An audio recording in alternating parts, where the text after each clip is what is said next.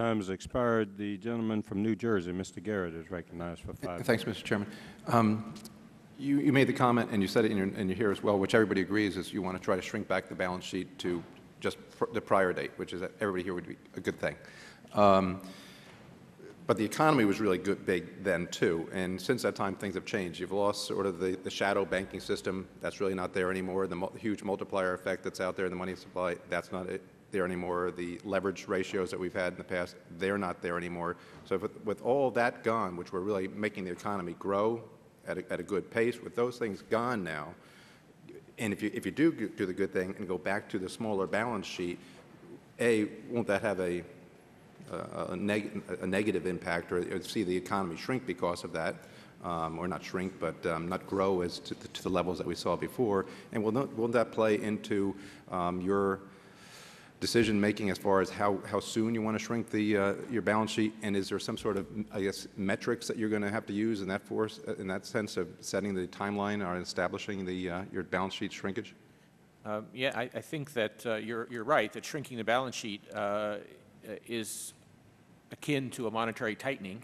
Right. If you sell mortgages on the market, you're going to tend to raise mortgage rates, for example, and that'll tend to tighten the housing market and slow the economy. So, plus you have all this other tightening going on, too. And others as well. You're absolutely right. So I think the key here is we certainly don't want to hold this stuff for 30 years.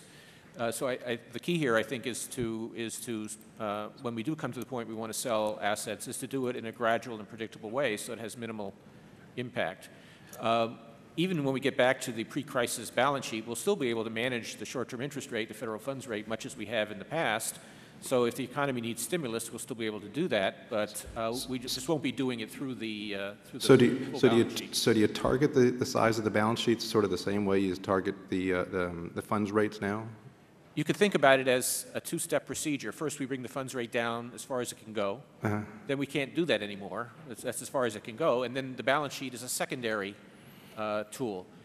When we get back to normal, we hope the balance sheet will be back to normal, and we'll be going back to where we were before, which is just using the short-term interest rate as our basic tool. And you'll be back to where you were before. The economy just can't be back there because of those multiplier effects. I think that the economy will be able to recover as long as we make these adjustments in a gradual way. Okay. Second question. Walk me through. I threw out some numbers before. If you try to do pay the interest on the reserves here, and I threw out the number of you had $1 trillion set on reserves, and if the interest rates go up, as a lot of people expect them to say 5%, use round numbers in my head, that's $50 billion that you'll be paying out. That's in essence in a capsule version of how it works, right? Yes. Okay. So then, if you did that starting tomorrow, let's say, how long can the Fed do that? How long can the Fed hold $1 trillion here on your books, pay out $50 billion in interest payments? Can you do that this year and the next year and the next year? We can. How does it work? We can for the following reason. Yeah. That there's two sides of our balance sheet. Yeah. The reverse repos, reserves, whatever, are financing on the other side agency MBS, which pay about 4.5%. So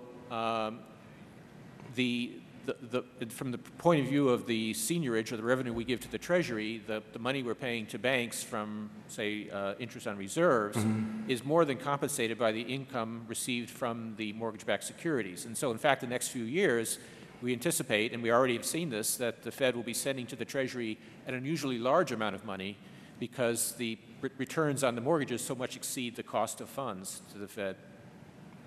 So because of the two sides of the balance sheet, it will not be costing the taxpayer any money. Okay. And it's not just the cost of the taxpayer, but it could go on into, I don't use the word perpetuity, but you can do it indefinitely is what you're saying. Well, because we have half our balance sheet is we're paying right now 12 basis points, and the other half we're paying 0 because it's just cash. Yeah. So we have very low cost of funds, and so obviously we can go a long time. And with just a short time less, what is a technical term, or what are the technical indicators you look to with regard to inflationary rates or otherwise as far as your tightening policy?